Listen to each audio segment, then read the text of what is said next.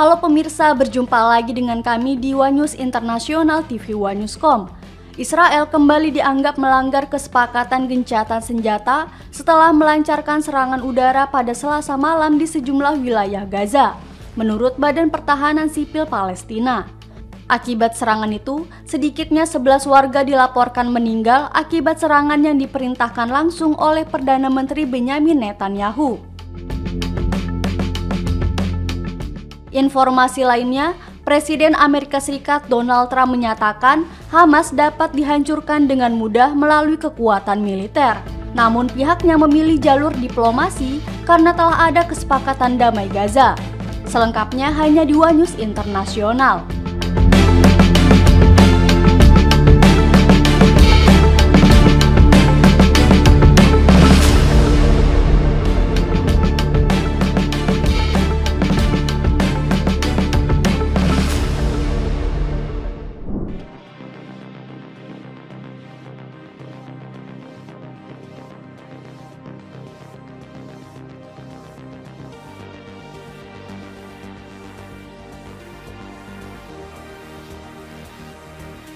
Ketegangan perang dagang antara Amerika Serikat dan China kini memasuki fase penentu di Korea Selatan.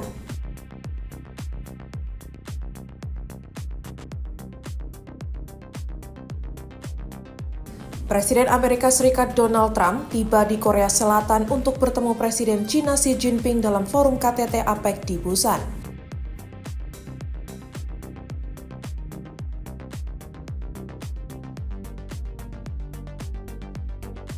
Pertemuan itu disebut berpotensi menghasilkan jeda dalam konflik dagang yang selama ini memanas antara kedua kekuatan ekonomi dunia.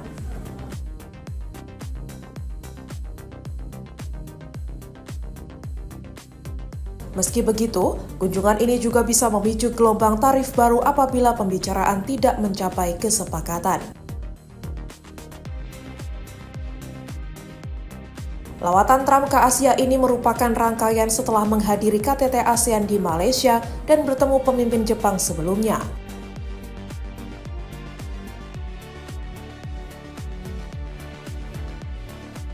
Di Busan, Trump dan Xi akan melakukan tatap muka pertama mereka dalam 6 tahun guna meresmikan kerangka kerja perdagangan yang telah dirancang.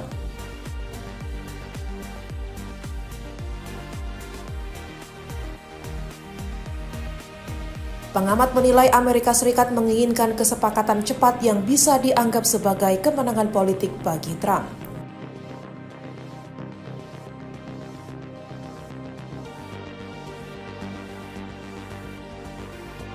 Sementara China menekankan pentingnya memperkuat kepercayaan dan menstabilkan hubungan dagang jangka panjang.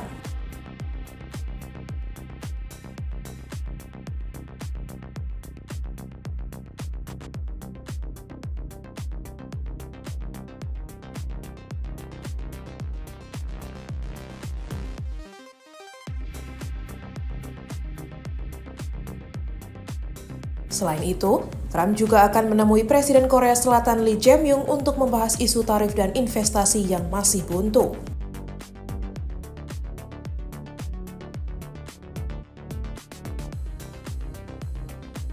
Undangan Trump kepada Kim Jong-un untuk bertemu turut menambah perhatian, meski Korea Utara belum memberi respon resmi.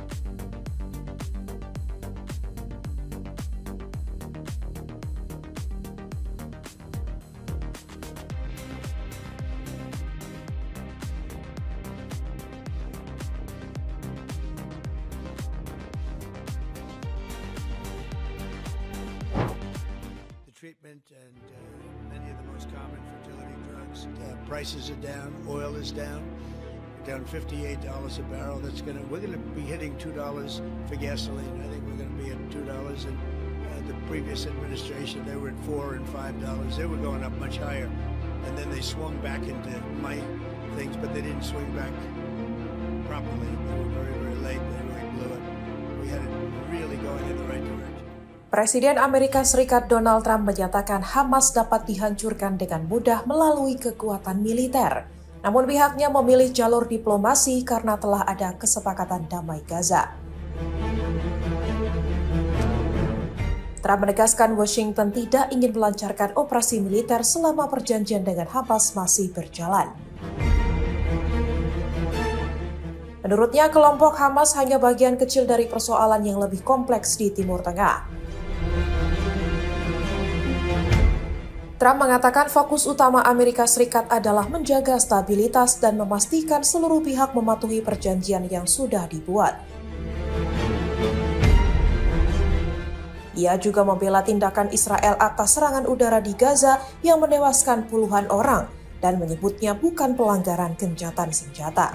أن يبقى أحد فهذا ليعود جثامينهم إلى ذويهم ويعود جثامين شهدائنا إلى ذويهم أيضا ويدفنوا بكرامة إن شاء الله تعالى. نحن والفصائل الفلسطينية جادون وماضون في تسليم جميع الجثامين. Hamas menolak tuduhan menyerang pasukan Israel serta menuding Tel Aviv sengaja mencari alasan untuk kembali melakukan agresi.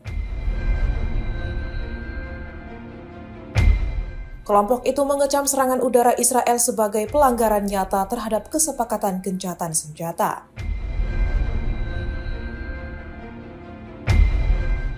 Sejak kesepakatan di Sharm el-Sheikh berjalan, Hamas mengklaim Israel telah beberapa kali melanggar perjanjian dan menewaskan lebih dari 100 warga Palestina. Anggota Biro Politik Hamas Suhail Al-Hindi menuduh Israel memicu ketegangan demi menutupi tekanan politik yang mereka hadapi.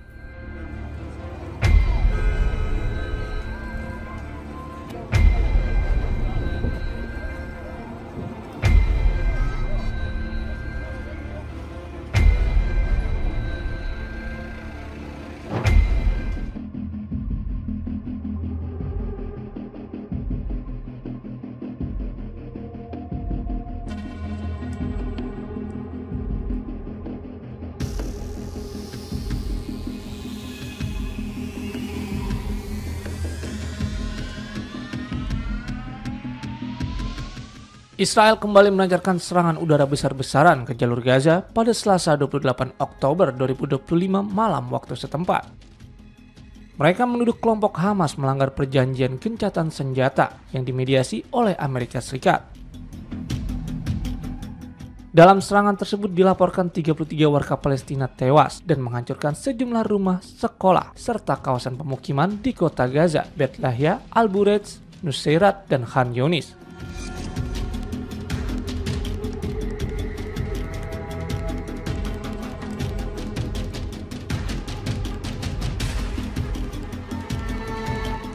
Kementerian Pertahanan Israel menyatakan bahwa serangan itu merupakan respon atas dugaan serangan Hamas terhadap pasukan Israel di Gaza yang dianggap melanggar kesepakatan pengembalian jenazah sandera.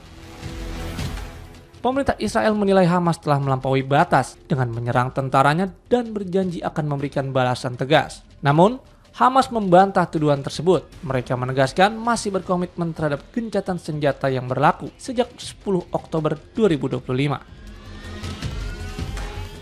Selain itu, Hamas juga menilai serangan yang dilayangkan Israel merupakan pelanggaran terang-terangan terhadap kesepakatan yang sudah dicapai. Media Israel melaporkan bahwa bentrokan bermula dari serangan rudal anti-tank dan tembakan penembak jitu terhadap pasukan di Rafah, yang kemudian dibalas dengan serangan udara besar oleh militer Israel di sejumlah wilayah Gaza. Akibat serangan Israel membuat beberapa daerah meledak, termasuk di lingkungan Sabra, Gaza Selatan, yang menewaskan 4 orang dari satu keluarga. Serangan lain juga menghantam halaman rumah sakit Al-Shifa di kawasan Rimal Barat. Sementara di Khan Yunis, 5 orang, termasuk 2 anak-anak, dilaporkan tewas akibat rudal yang menghantam kendaraan mereka.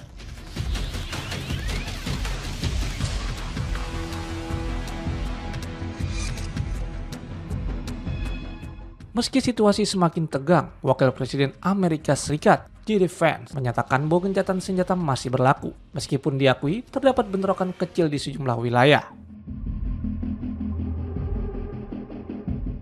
Ia menyebut bahwa Israel kemungkinan merespons serangan lokal, namun menilai perdamaian yang diupayakan Washington tetap dapat dipertahankan. Ketegangan ini meningkat sehari setelah Hamas menyerahkan peti jenazah yang diklaim Israel bukan milik 13 sandera yang masih ditahan di Gaza. Pemerintah Tel Aviv menyebut hasil forensik menunjukkan jenazah itu milik Sandra bernama Ofir Sarfati yang ditemukan pada akhir 2023 dan menilai tindakan Hamas sebagai pelanggaran kesepakatan gencatan senjata. Hamas menolak tuduhan tersebut dan menilai Israel sengaja menciptakan alasan untuk kembali melancarkan agresi militer. Kesepakatan gencatan senjata antara Israel dan Hamas sebelumnya difasilitasi oleh Amerika Serikat, Mesir, Qatar, dan Turki dalam kerangka rencana perdamaian Gaza. Namun, hingga saat ini, situasi di wilayah tersebut masih menunjukkan ketegangan.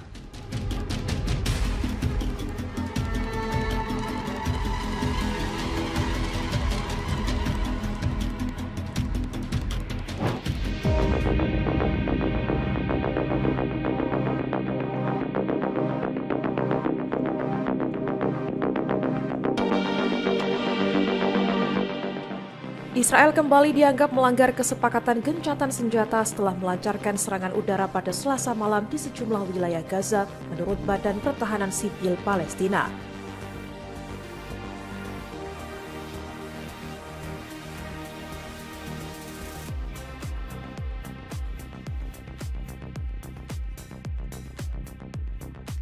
Aksi tersebut terjadi tak lama setelah Israel menuding Hamas lebih dulu menyerang pasukan mereka sehingga dianggap memicu pelanggaran gencatan senjata.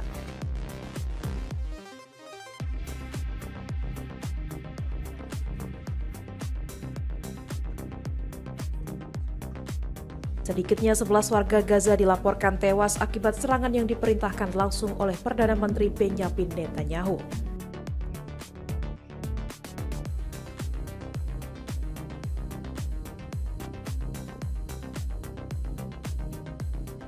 Menteri Pertahanan Israel Yoav Katz menyebut serangan Hamas terhadap pasukan IDF menjadi alasan balasan besar-besaran, meski lokasi pasti insiden tidak dijelaskan dan kemungkinan mengarah ke Rafah.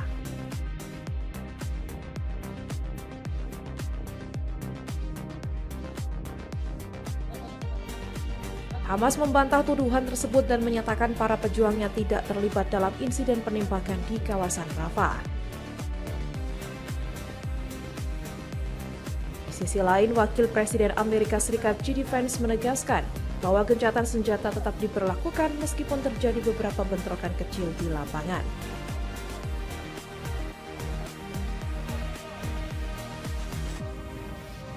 Ia menyebut serangan kecil dari kelompok di Gaza terhadap tentara Israel dapat memunculkan respons, namun yakin upaya perdamaian tetap berjalan.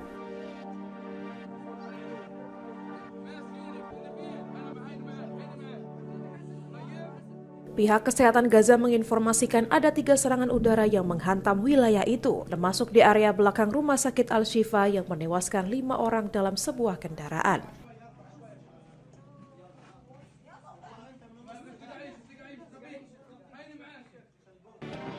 Hamas sebelumnya berjanji akan menyerahkan jenazah Sandra sesuai perjanjian, namun menunda proses itu karena eskalasi serangan Israel dinilai menghambat pencarian dan pemulihan jenazah.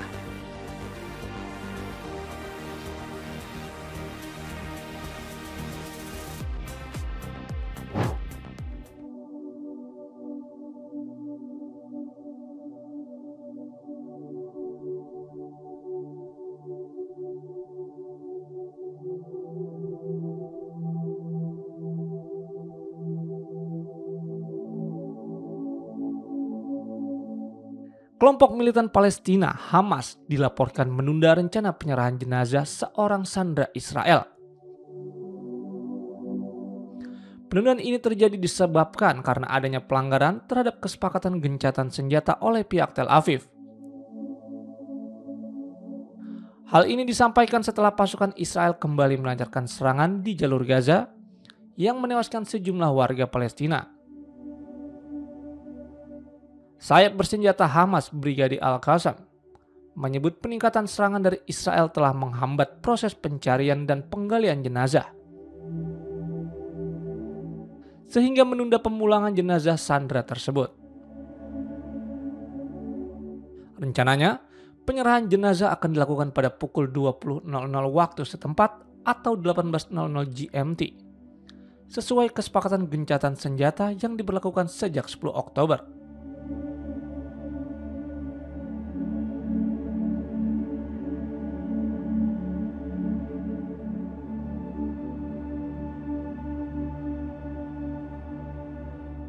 Sementara itu, Perdana Menteri Israel Benjamin Netanyahu dikabarkan memerintahkan militernya untuk melancarkan serangan besar-besaran di Gaza pada Selasa 28 Oktober 2025. Keputusan tersebut diambil setelah konsultasi keamanan yang menuding Hamas melakukan pelanggaran terhadap gencatan senjata.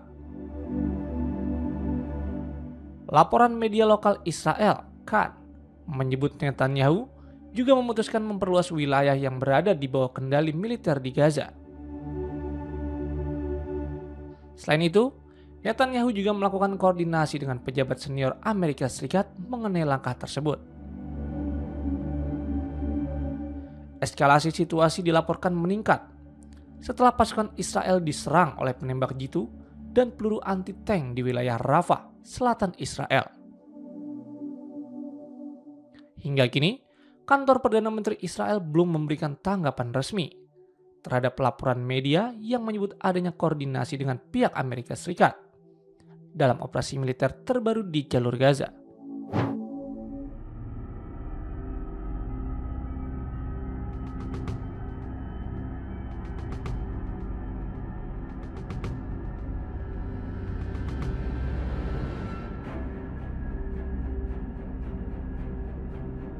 Presiden Amerika Serikat Donald Trump membalas Rusia yang unjuk gigi dengan meluncurkan rudal nuklirnya.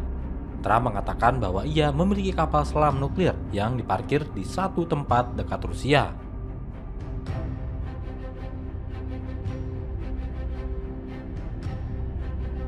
Rusia meluncurkan rudal tersebut sambil menyebut senjata itu tidak terbatas dan susah dihancurkan. Trump menyoroti kapal selam siluman Amerika sebagai opsi serangan fleksibel yang dapat mengenai target dimanapun. Trump menambahkan Rusia tidak main-main dengannya, dia juga tidak main-main dengan mereka Moskow. Trump juga mengatakan pasukannya setiap waktu selalu menguji coba rudal nuklir.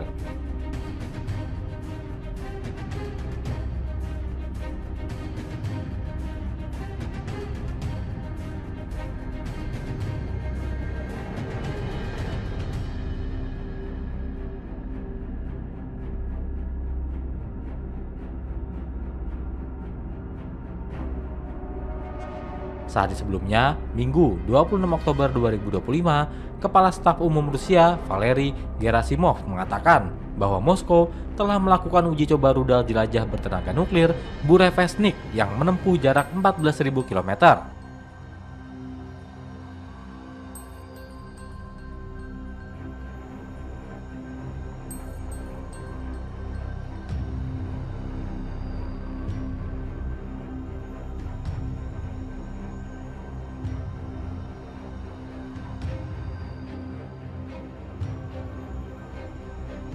Dalam pertemuan dengan Presiden Rusia Vladimir Putin, Gerasimov menyebut rudal tersebut mengudara selama 15 jam, namun diyakini dapat terbang lebih lama.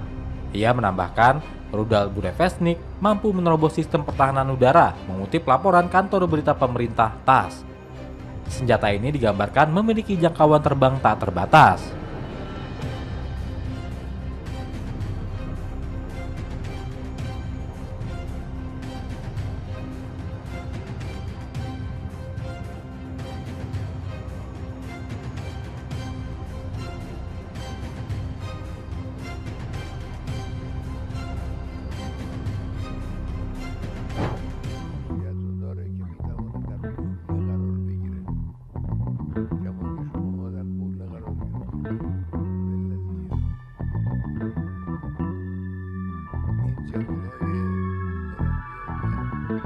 افتخار میکنه که صنعت هسته‌ای ایران رو بمباران کردیم و از بین بردیم. خب خیلی خوب، همین خیال باشه.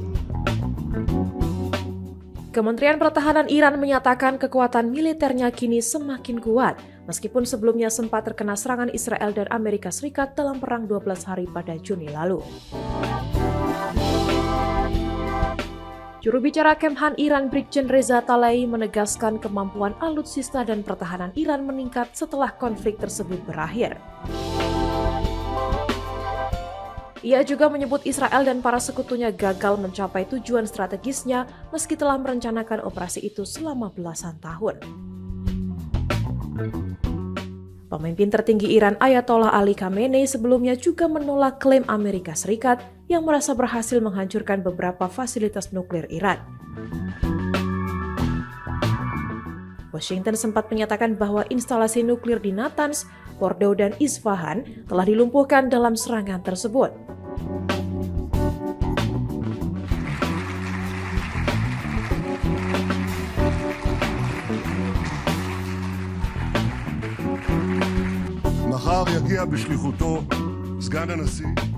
Dalam pernyataannya, Talei memperingatkan Israel dan sekutunya bahwa upaya ancaman serupa di masa depan akan berujung pada kegagalan yang lebih besar.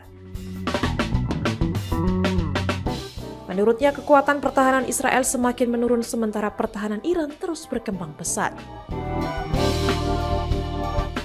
Ia menilai musuh-musuh Iran sudah mengalami kerugian besar sehingga akan berpikir ulang sebelum melancarkan konfrontasi militer langsung. Sejumlah analis memperkirakan bahwa tensi antara Iran dan Israel Amerika Serikat masih akan berlanjut dan berpotensi memicu konflik terbuka di kemudian hari.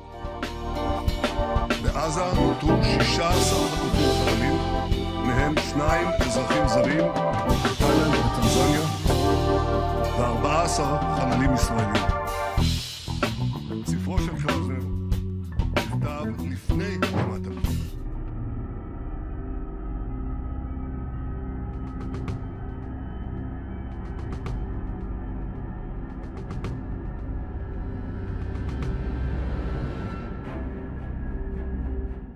Korea Selatan menggelar uji coba rudal jelajah di Laut Kuning menjelang kunjungan Presiden Amerika Serikat Donald Trump ke Korea Selatan Rabu 29 Oktober, menegaskan kemampuan nuklir Pyongyang sebagai alat pencegah perang.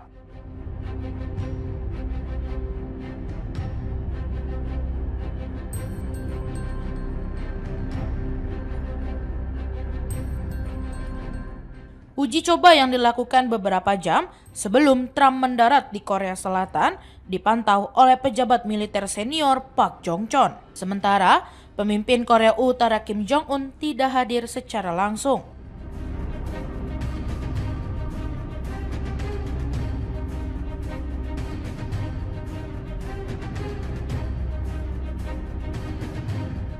Park menyatakan bahwa peluncuran rudal laut ke permukaan itu menandai keberhasilan penting dalam pengembangan kekuatan nuklir negara tersebut.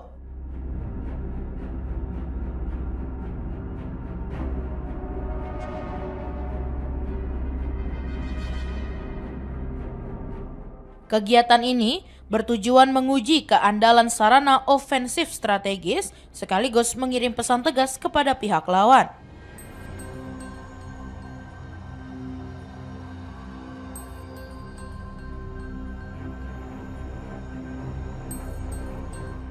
Peluncuran ini terjadi menjelang KTT Asia Pacific Economic Cooperation atau APEC yang akan digelar pada 31 Oktober hingga 1 November, di mana Trump berencana membahas isu regional dan menyatakan keinginannya bertemu Kim Jong-un.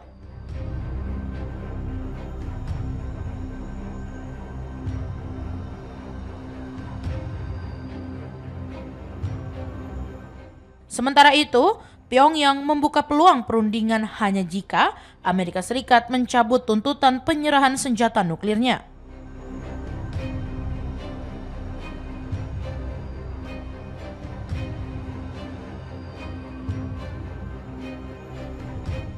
Pengamat Korea Utara Yang Mo-jin menilai uji coba ini menekankan kemampuan pencegahan nuklir Pyongyang dan menegaskan bahwa proses denuklirisasi tidak realistis di tengah situasi saat ini.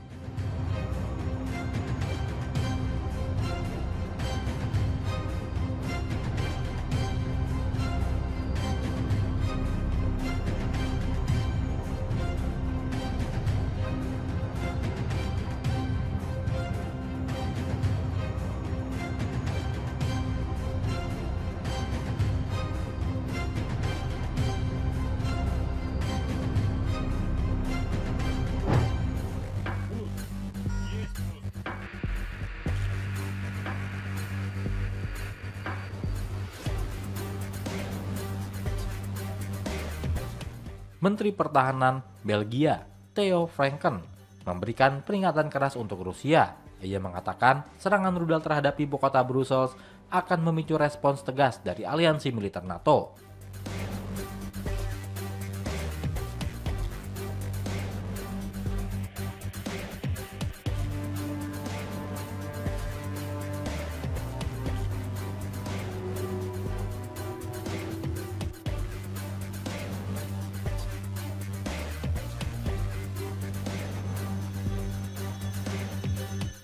Franken bahkan mengancam akan menghapus Moskow dari peta jika serangan rudal semacam itu benar-benar dilancarkan Rusia terhadap ibu kota Belgia.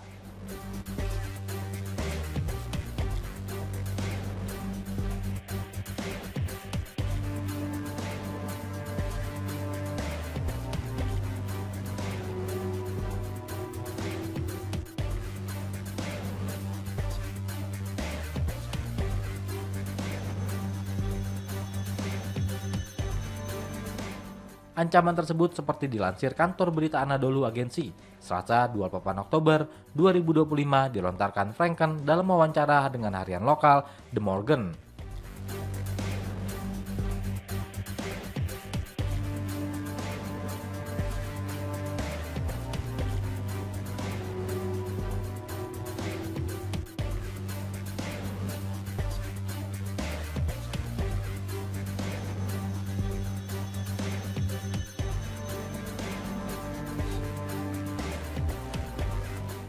Lebih lanjut, dia berupaya menepis keraguan yang muncul soal komitmen Amerika Serikat untuk NATO di bawah Presiden Donald Trump.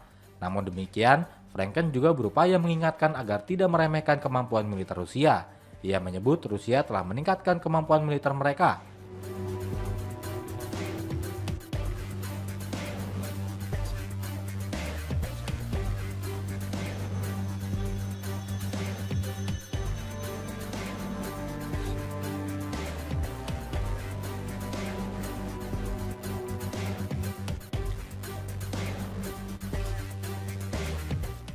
Ekonomi perang Rusia juga menghasilkan amunisi 4 kali lebih banyak daripada gabungan seluruh NATO.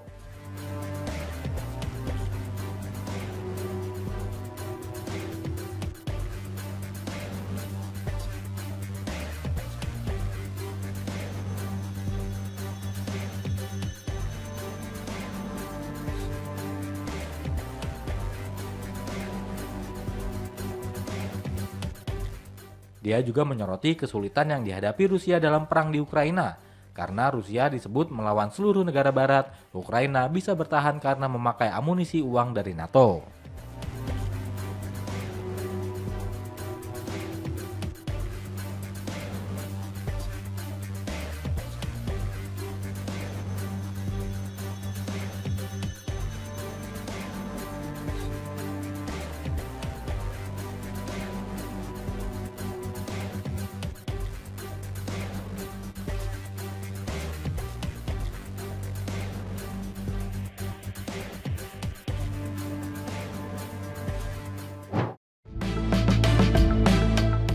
Demikian informasi yang dapat kami sampaikan pemirsa. Terima kasih telah bergabung bersama kami.